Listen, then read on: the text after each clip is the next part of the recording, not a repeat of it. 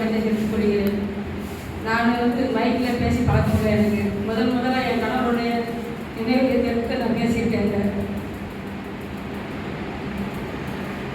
அவர் இழப்பு என்னால் இன்னும் அதை ஒருத்தர் ஆண்டவர்களும் என்னை மறக்க முடியாது. என்னை ஒரு பிள்ளை மாதிரி என்னை பார்த்துக்கிட்டாரு. நீங்களும் உங்கள் மனைவி எப்படி இருக்கீங்க எனக்கு தெரியும். ஆனால் எங்கேயும் வெளியில் கிளம்பும்போது நைட்டு எனக்கு சேலை பிள்ளைங்க ட்ரெஸ் எல்லாம் அயன் பண்ணி வச்சுட்டு காலையில் எடுத்த உடனே எனக்கு நல்ல ஷாம்பு ட்ரெஸ் நல்லா தலையை வாஷ் பண்ணி விட்டு நல்ல ட்ரீட்மெண்ட் போட்டு எனக்கு நல்ல ஜம்மு வெளியில் கூட்டிகிட்டு போகணும்னு நினைப்பாரு. அப்படிப்பட்ட தோழர் இன்னைக்கு நான் இங்கே வரும்போது எனக்கு அந்த நினைவு தான் வருது. எங்கே கூட அவ்வளோ பேசவே முடியல எனக்கு. ஆனால் அவருடைய கருத்தை நாங்கள் எப்படினாலும் கொண்டு போய் செல்வோம். அந்த எங்கள் கட்சியை முடக்கிறதுக்கு நிறைய பயணிக்கிறாங்க. அவங்கள நான் எதிர்த்து பேசுறதும் சரி, உங்களுக்கு இவ்வளோ நாள் நீங்கள் வராதவங்க இப்போ ஏன் ஐக்கிய மக்கள் கட்சிக்குள்ளே வாரீங்க? அப்படி வாரதாக இருந்தால் நீங்கள் வாங்க முடியல. ஆனால் இதை இமானோட தேவையை ஆக்காதீங்க அப்படின்னு நாங்கள் சொல்கிறோம்.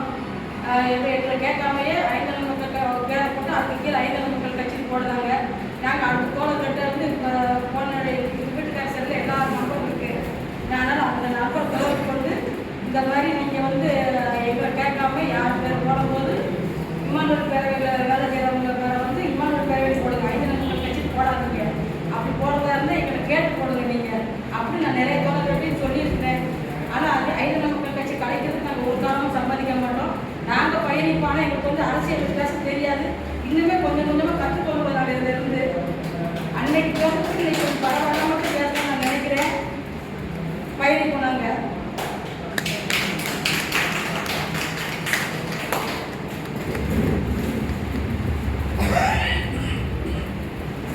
சாந்தம் அவர்களுக்கு நன்றி. அடுத்தபடியாக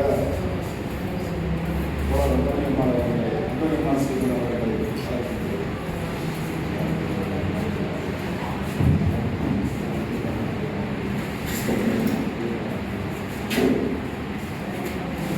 தோழர் ஆர். ஸ்ரீபன்ராஜ் அவர்களை முதலாம் ஆண்டு இணைவேந்தல் நிகழ்ச்சிக்கும் தோழர் வை.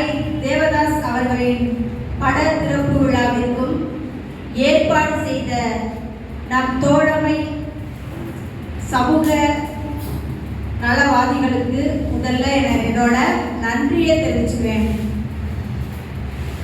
எனக்கு 1977 மே 18 திருமணம் நடந்தது.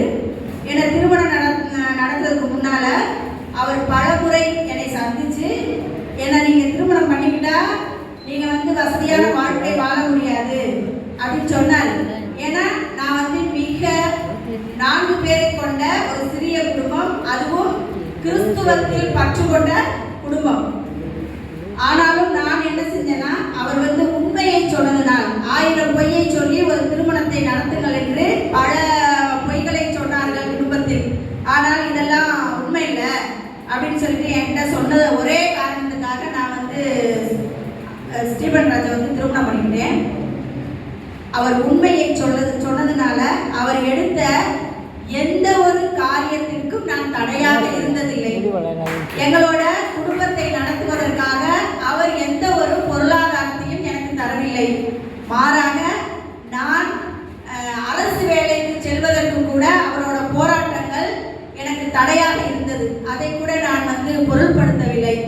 விடுதலை குமரன் தோழர் சொன்னாங்க, புதுக்கோட்டையில் என்னோட சித்தி நிறைய கல்வி நிறுவனங்கள் வச்சுருந்தாங்க. அந்த கல்வி நிறுவனத்தில் நான் வேலை செஞ்சு பெரிய ஆளாக இருக்கலாம், அந்த நிறுவனத்துக்கே ஓனராக கூட ஆகியிருக்கலாம். ஆனால் அங்கே போய் ஸ்ரீபன் இந்த இயக்க தோழர்களோட பயணித்ததுனால என்னோட சித்தி அந்த வேலையை எனக்கு தராமல் மறுத்துட்டாங்க. நீ வேணா இரு, உன் வீட்டுக்கார் வேணா அப்படின்னு சொன்னாங்க. நான் கழுதைக்கு வாளாக இருப்பதை, குதிரைக்கு வாளாக இருப்பதை விட கழுதைக்கு தலையாக இருப்பது மேல் அப்படின்னு சொல்லிட்டு அந்த வேலையை உதறிட்டு வந்துட்டேன்.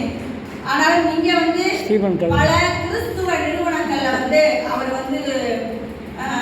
போராட்டங்களை எடுத்து சிஸ்டர்ஸையும் ஃபாதர்ஸையும் நிறைய போராட்டத்தில் கேள்விகள் கேட்டதுனால எனக்கு அங்கேயும் வேலை கொடுக்கப்படவில்லை. அதற்காக நான் ஒன்றும் சலிக்கவில்லை. மாறாக எனக்கு கிடைத்த வேலையை வைத்து எனது குடும்பத்தை சிறப்பாக வளர்த்து என்னோட கணவரையும் நான் பார்த்து கொண்டேன். என் பிள்ளைகள் சொல்லுவார்கள், அம்மா வீட்டில் இருக்கிற ஒரு பொருள் கூட எங்களுக்காக வாங்கப்பட்டதல்ல, மாறாக அவர் எளிமையான வாழ்க்கையை வாழக்கூடியவர். ஆனால் நீங்க பெரிய பணக்கார மாதிரி அப்பாவை வளர்த்துட்டு இருக்கீங்க. அவர் கேட்ட எந்த பொருளாக இருந்தாலும் எப்படி சிரமப்பட்டாலும் நான் வாங்கி கொடுத்திருக்கேன்.